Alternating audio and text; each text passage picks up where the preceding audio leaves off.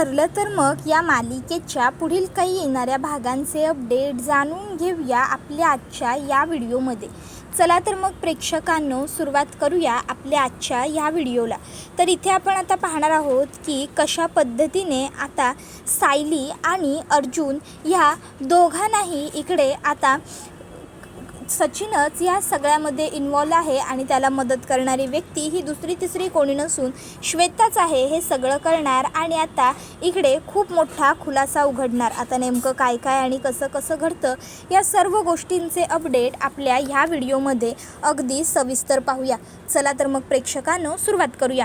तर इथे आता आपण पाहतो की जी सायली असते ती इथे आता वाट बघत असते की अर्जुन हा तिला कधी काहीतरी सांगतोय.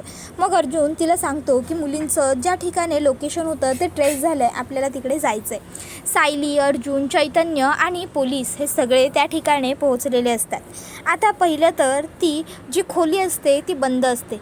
कसंबसं त्या खोलीच्या आत प्रवेश घेतल्याच्यानंतर अर्जुन, सायली, इन्स्पेक्टर साहेब सगळे शोधाशोध करायला लागतात.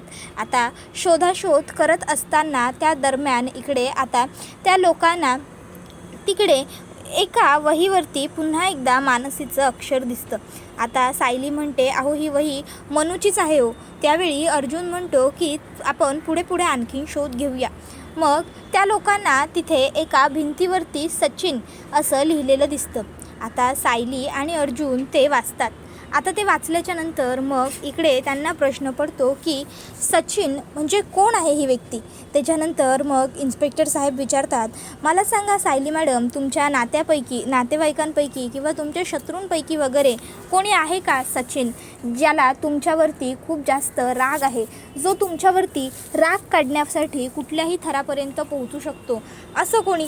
त्यावेळी मग सायली ही नाही माझ्या कोणी ओळखीचं नाही असं पटकन म्हणते. पण अर्जुन म्हणतो वेट आहे ओळखीचं आहे. त्यावर सायली म्हणते आहो. त्यावर अर्जुन म्हणतो सचिन दीक्षित. त्यावर मग सायलीसुद्धा म्हणते हो सचिन, अस्मिताताईंचा नवरा सचिन दीक्षित म्हणजे हे सगळं. त्यावर अर्जुन म्हणतो शक्यता नाकारता येत नाही. इन्स्पेक्टर साहेब विचारतात कोण आहे कोण हा सचिन. मग सायली सांगू लागते की हे माझ्या नंदेचे मिस्टर आहेत.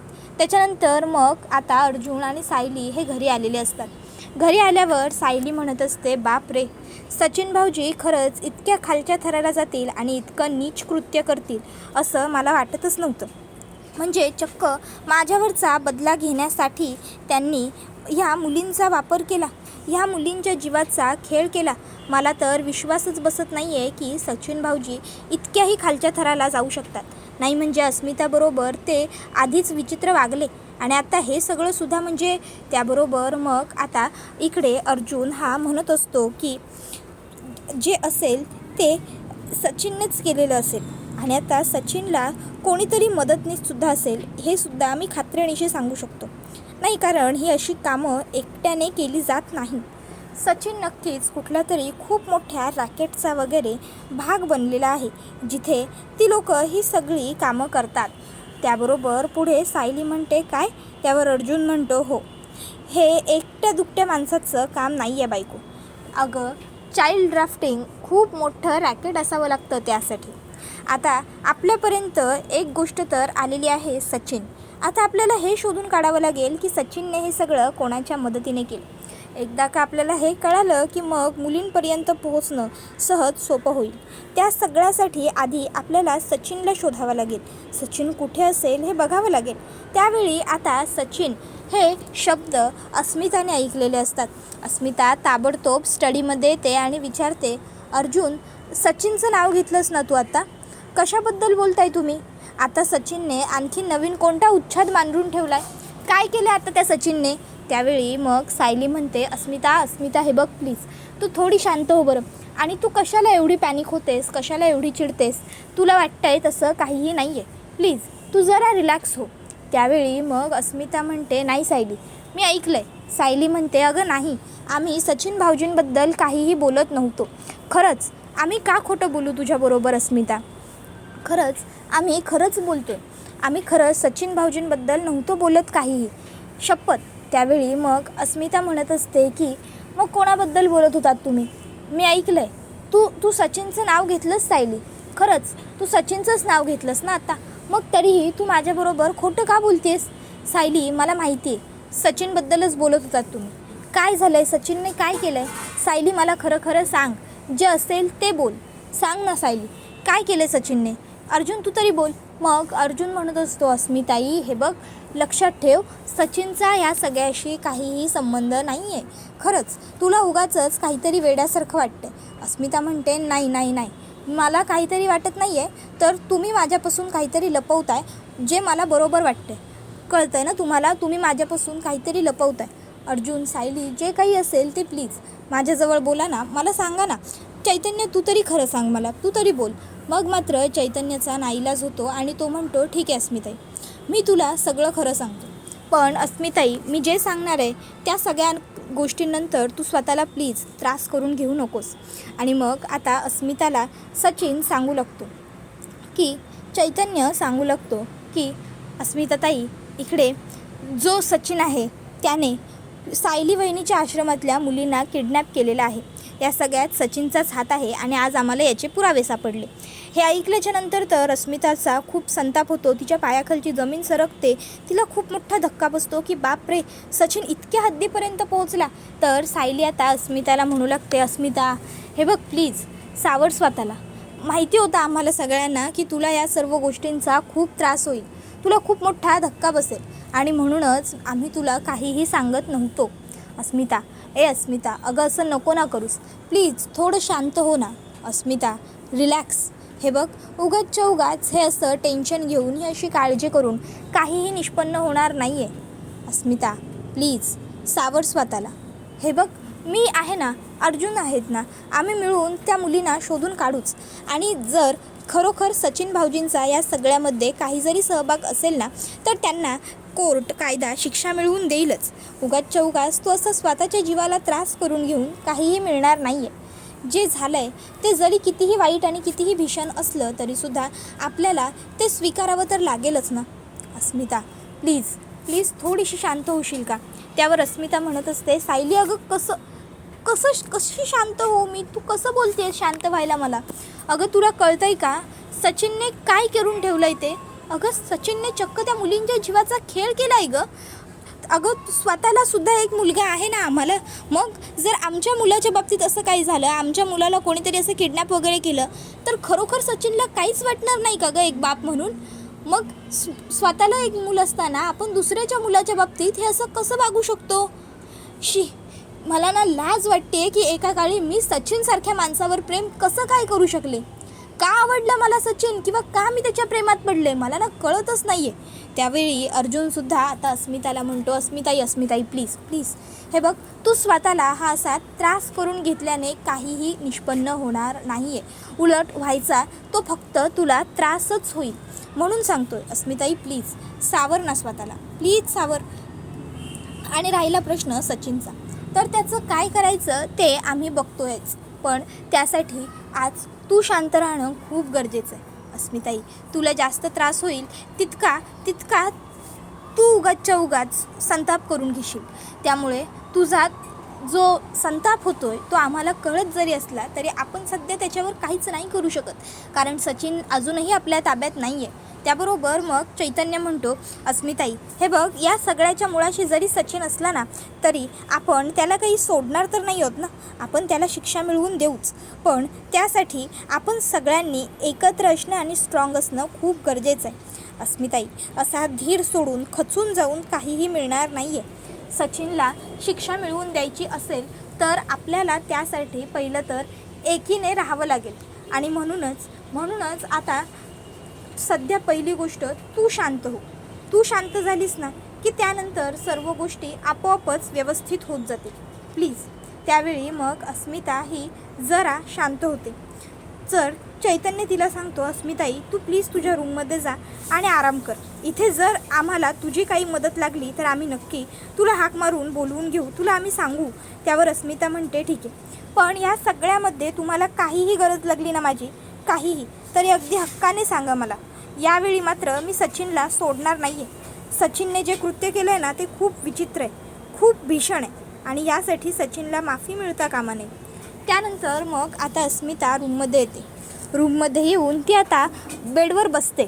त्यावेळी इकडे आता अस्मिता विचार करू लागते की सचिन इतका खालच्या पातळीला कसा गेला असेल, सचिनला लाज कशी वाटली नसेल, सचिनने हे सगळं का केलं असेल वगैरे वगैरे गोष्टींनी आता अस्मिताचं डोकं पार भांडावून गेलेलं असतं.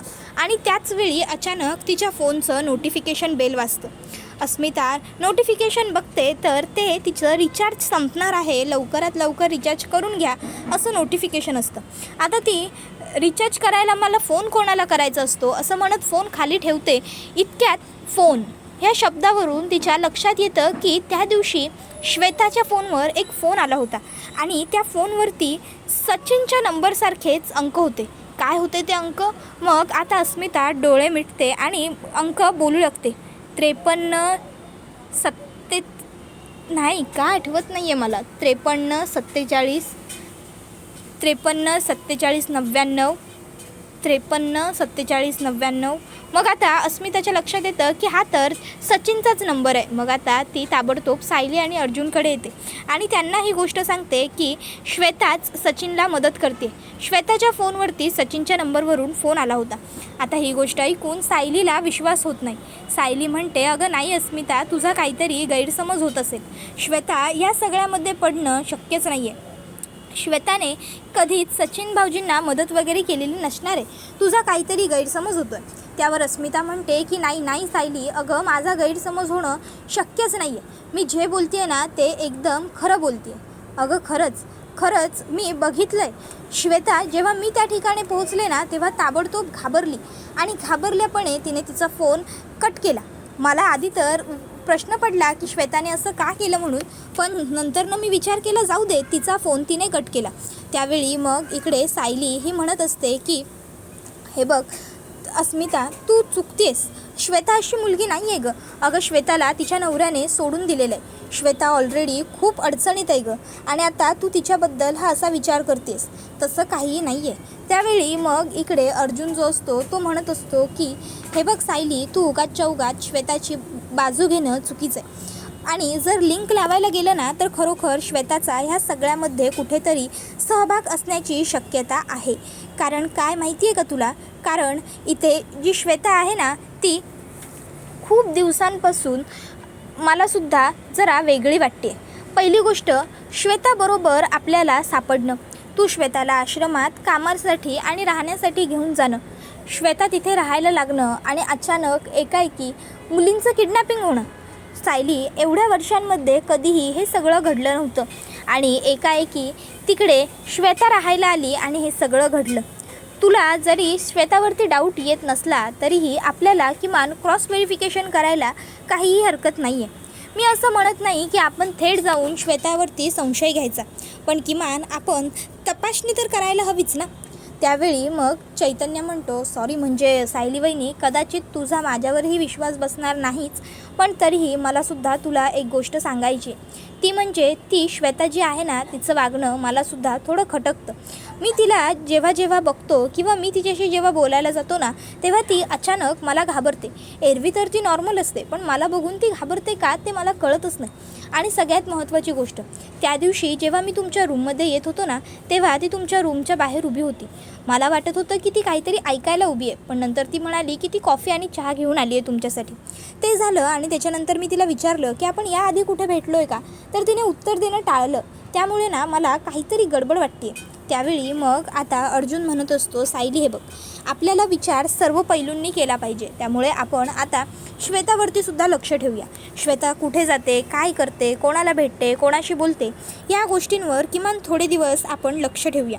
जर आपल्याला त्याच्यामध्ये काहीही संशयास्पद नाही जाणवलं किंवा नाही आढळलं तर विषय संपला. पण जर आपण प्रयत्न केले नाही, श्वेतावर लक्ष दिलं नाही आणि नंतरनं पुढे जाऊन जर आपल्याला ह्या इन्व्हेस्टिगेशनमध्ये कळालं की या सगळ्यामध्ये श्वेताचा कुठेतरी थोडाफार संबंध आहे, तर मग आपल्याला खूप जास्त पश्चाताप होईल की आपण का आपण तेव्हाच सिरियस नाही घेतलं या सगळ्या गोष्टींना. नंतर पश्चाताप करत बसण्यापेक्षा आत्ताच आपण जर तपासणी करून घेतली ना बायको, तर ते आपल्यासाठीच चांगलं ठरेल. प्लीज हे बघ, मला माहिती आहे तुझं श्वेतावर खूप विश्वास आहे, पण विश्वास कधी विश्वासघातात बदलू शकतो हेही सांगता येत नाही ना. त्यावर मग सायली म्हणते, ठीक आहे, तुम्हाला अस्मिताला आणि चैतन्य भाऊजींना तिघांना पण जर वाटतं आहे की श्वेतावर लक्ष ठेवणं गरजेचं आहे तर ठेवूया आपण श्वेतावर लक्ष. मला तर वाटत नाही आहे की श्वेतामध्ये काहीतरी खोट आहे म्हणून, पण तुम्हाला जर वाटतंय तर आपण तुमच्या शंकेचं निरासन करूया. पण हो, या सगळ्याबद्दल श्वेताला काहीही माहिती पडायला नको, कारण जर तिला कळलं ना तर ती आतून खूप तुटून जाईल. तिला वाटेल की मी तिच्यावरती अविश्वास दाखवला, आणि असं काहीही मला व्हायला हवं असं वाटत नाही आहे. त्यावर अर्जुन म्हणतो, ठीक आहे, तू म्हणतेस तसं बायको. आपण श्वेताला आधी तर यातलं काहीही कळू द्यायचं नाही, पण नंतर मात्र आपण पुढे काय करायचं ते ठरवू. आणि चैतन्य, तू एक काम कर, तू पहिले तर ते श्वेताचे सगळे कॉल रेकॉर्ड वगैरे काढ. तिचा नंबर सायली तुला देईलच, आणि त्याच्यानंतर मग आपल्याला लगेचच कळून जाईल काय खरं काय खोटं. त्यावर चैतन्य म्हणतो, ठीक आहे अर्जुन, तू म्हणशील तसं. मी ताबडतोब प्रोसिजर करायला टाकतो. 3 दिवसात आपल्याला श्वेताचे कॉल रेकॉर्ड सापडतील. एकदा का आपल्या हातामध्ये कॉल रेकॉर्ड्स आले की त्यानंतर काय खरं काय खोटं, त्या श्वेताचा सचिनबरोबर काही कॉन्टॅक्ट आहे का किंवा नाही, ह्या सर्व गोष्टी आपल्याला क्लिअर कट माहिती पडतीलच. त्याबरोबर मग आता अर्जुन हा होकार देतो. त्यानंतर चैतन्य हा तिकडनं त्याच्या कामासाठी निघतो. त्याबरोबर हा व्हिडिओ इथेच संपतो. व्हिडिओ आवडला असेल तर व्हिडिओला लाईक करा, चॅनलवर नवीन असाल तर चॅनलला सबस्क्राईब करा. आता अर्जुन सायलीसमोर येणार का? श्वेताचं सत्य तुम्हाला काय वाटतं ते आम्हाला कमेंटमध्ये नक्कीच सांगा. पुढचा व्हिडिओ येईपर्यंत टाटा, बाय बाय, धन्यवाद, take care all of you.